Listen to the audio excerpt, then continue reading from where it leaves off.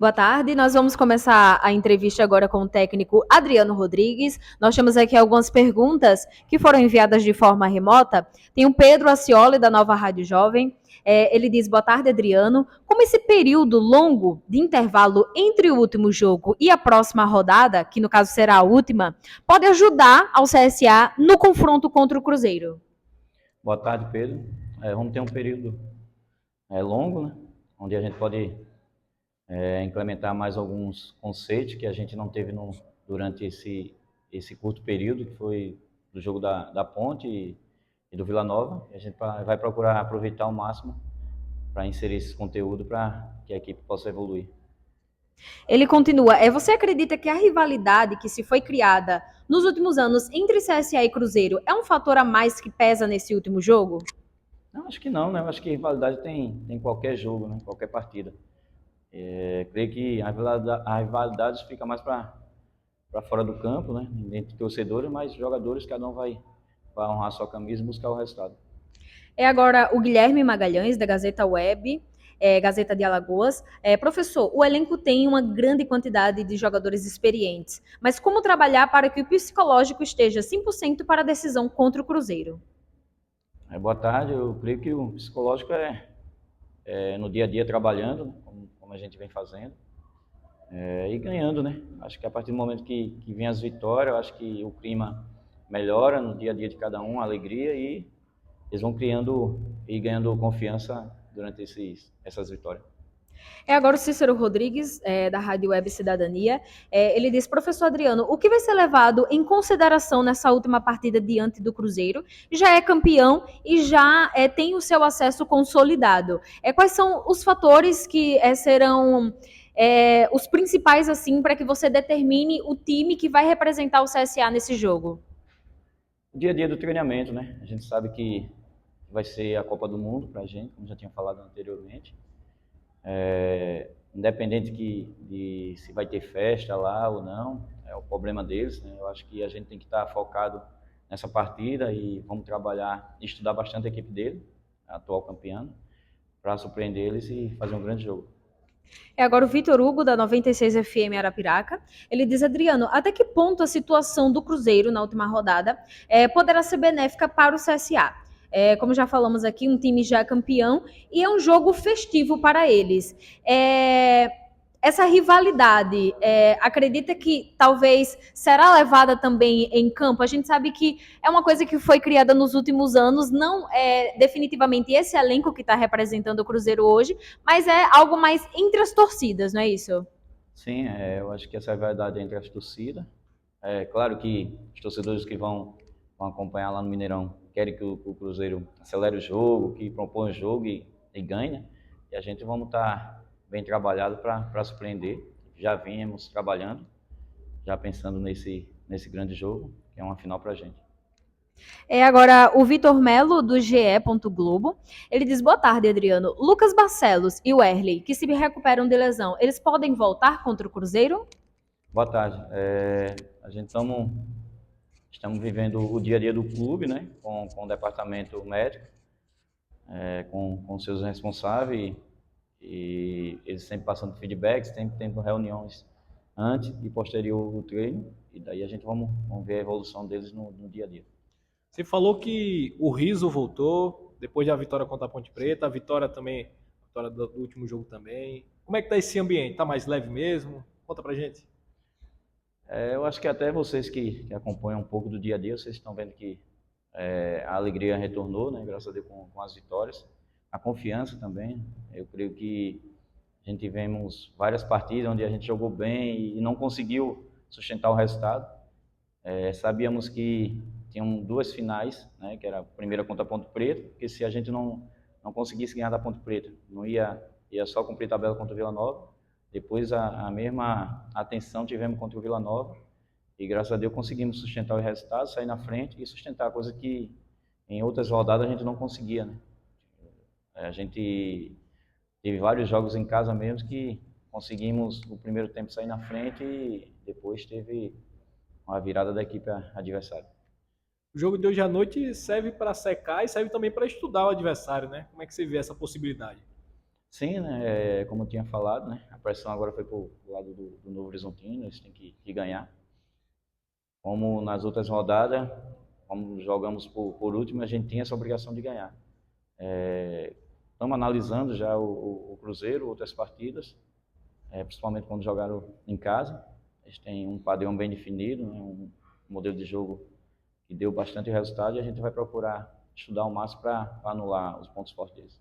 O que tem mudado nesse tempo agora que você assumiu o comando técnico? O grupo está mais unido? O que você percebeu? Claro, né, o grupo com as vitórias se uniu mais, né? Eu não digo nem união, né?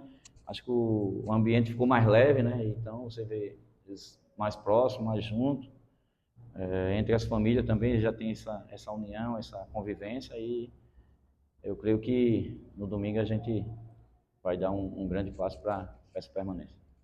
Adriano, diante dessa sabatina que a gente está vivendo aqui hoje, né, de informação, a semana, a partir de amanhã, vai depender muito, né, a sua motivação, né, o desenrolar dos trabalhos, o grupo que vai se preparar, que vai viajar, vai depender muito do resultado de Novo Horizontino hoje, ou isso realmente não é esse fato que vai ditar realmente o CSA para o último jogo? Como é que é isso?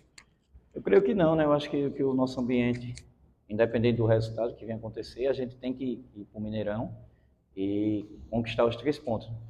Se seja com o Novo Horizontino ganhando ou perdendo, a gente precisa pontuar lá. Claro que, dependendo do resultado, a gente pode até precisar só do empate. Acho que a confiança, a dedicação e o trabalho é independente do resultado do jogo de hoje. Ao chegar no CT, via alguns jogadores que estão no departamento médico numa transição, né, mais acentuada, inclusive o próprio Lucas Barcelos. Creio que, pelo que eu vi, batendo na bola, correndo, durante esse prazo até a próxima semana, a sexta-feira, que é o dia da viagem, pelo que eu vi, ele vai estar bem para esse jogo final, hein? É o que todo mundo espera, né? Tanto ele como o Tito, eles já estão numa transição, já evoluindo. Só que é uma evolução diária, né? É o dia a dia que, através dos fisioterapeutas e do departamento médico, que a gente vai tomar a decisão na lista final. Adriano, jornalisticamente, você passou a ser o cara da vez, porque você assumiu o time, apesar do curto período, em definitivo, na reta final desse campeonato brasileiro. Então, algumas coisas a gente fica sempre na expectativa de conhecer um pouco mais do Adriano. Eu vi o Adriano jogar, né? Mas algumas coisas a gente deixa até de lembrar fatos importantes, né? E conversando com você, a gente descobre que você foi 2 vezes como técnico campeão alagoano. Gostaria que você falasse dessa história. Como é que foi isso? Eu tive a oportunidade de ser campeão, foi uma só, pelo 7 Foi de uma setembro, só. e como jogador fui pelo Bom Jesus. Então foi uma como técnico e outra como jogador. Isso, pelo 7 de setembro e outra pelo Bom Jesus, pelo Igaci também tive essa oportunidade. Pelo Igaci foi como jogador? Jogador. Então, bicampeão como jogador, Bom Jesus e Igaci, e técnico pelo 7. Pelo 7 técnico e jogador também, tricampeão, na verdade, como jogador. Tem um bom currículo também de título, mas como Sim, técnico, por você estar ocupando agora essa função, é bom lembrar que você já foi campeão agora, né? Inclusive a gente foi também campeão sub-20 pela equipe 7, né? Eu acho que na época o 7 vinha fazendo grandes campanhas no sub-20, conseguiu 3 vezes ir para São Paulo, uma coisa inédita com o clube do 7 de setembro, né? Você conhece a história do 7 de setembro, um clube de bairro, né? E isso transformou na equipe profissional e a gente tem muita alegria de ter participado da história do 7 de setembro. Era um clube de bairro, mas era um clube bem tradicional, né? Era uma força aqui da capital e dava muito trabalho, né? Os chamados grandes, né, Adriana? Verdade, né? Eu acho que o 7 de setembro teve bastante tradição por ser uma equipe de bairro, se transformou numa equipe profissional, passou muitos anos na segunda divisão, se você acompanhou e sabia que era mais difícil, né, com as informações. Antigamente era só o jornal mesmo, escrito, rádio, pouca TV, pouca imagem. E o 7 de setembro, que a segunda divisão na época era muito difícil, tinha muito time do interior que participava.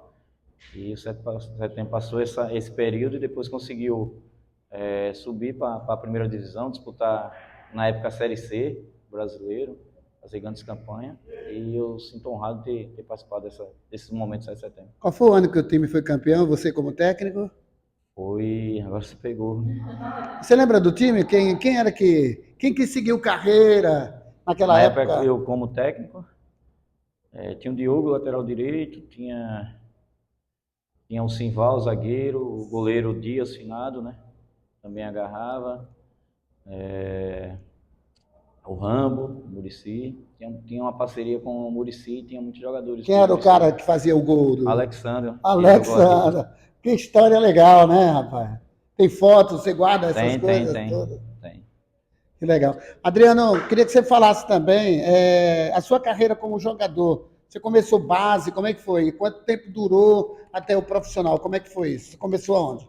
Eu iniciei no 7 de setembro, por ironia do destino, né? Eu iniciei também como técnico lá, com 12 anos. Disputei o campeonato do SESI, né? 89, 90. Em 94 já estava na equipe profissional, disputando o Alagoano na primeira divisão, com 17 anos. E depois passei por várias equipes interior, Bom Jesus, Igaci, Ipanema, Penedo. Depois para São Paulo, joguei no União Sudão de São Paulo, joguei na Paraíba, tive a felicidade de jogar um brasileiro em um campeonato alagoano pelo ASA. Tive uma pequena passagem aqui pelo CSA na época que estava na segunda divisão. E depois, em 2012, eu encerrei a carreira e iniciei no 7 de setembro como técnico. Fez gols? Você viu, né? Fez, com certeza. Agora fale para o torcedor como é que era a sua característica como jogador, Adriano. Eu iniciei como lateral, depois fui para jogar no meio de campo, né? Até o José Nilton que tinha dado essa indicação de jogar no meio de campo, que era um cara técnico, né? Era um volante técnico e às vezes jogava também de meia direita. Tinha qualidade no passe, mas também marcava. Tinha uma boa bola parada. E graças a Deus deu certo. 7 de setembro fez parte da sua vida porque você era do bairro do Tabuleiro, Adriano, era isso? Eu acho que desde garoto a gente era tradicional, né? Aquela festa do 7 de setembro, acho que parava o bairro, todo mundo ia participar. Eu tinha muitos jogadores do bairro, né? O Motil tinha um time, tem ainda, que é o Fluminense, ele faleceu devido ao Covid, que é o Fluminense Fernão Velho, onde muitos, inclusive a gente iniciou lá na escolinha, depois foi para o 7. Então, muitos jogadores que tinham muita qualidade aqui no Tabuleiro, na região, sempre vestia a camisa do 7. Então, a gente ia lá prestigiar. A gente fala sobre isso, né, para fechar aqui a coletiva, que se tornou também esse bate-papo de curiosidade. É importante que a gente conheça o teu currículo, né, que você não foi o cara que não teve uma formação no futebol. Você começou realmente a sua vida aí toda ela dedicada também ao esporte e você agora encerra praticamente, né, com o seu curso, uma licença, podendo desenvolver seu trabalho profissionalmente sem nenhum problema a partir de agora. Eu só desejo boa sorte, obrigado aí por contar um pouco dessa história na sua vida esportiva, viu, Adriano? Eu que agradeço o apoio e a torcida de sempre de vocês.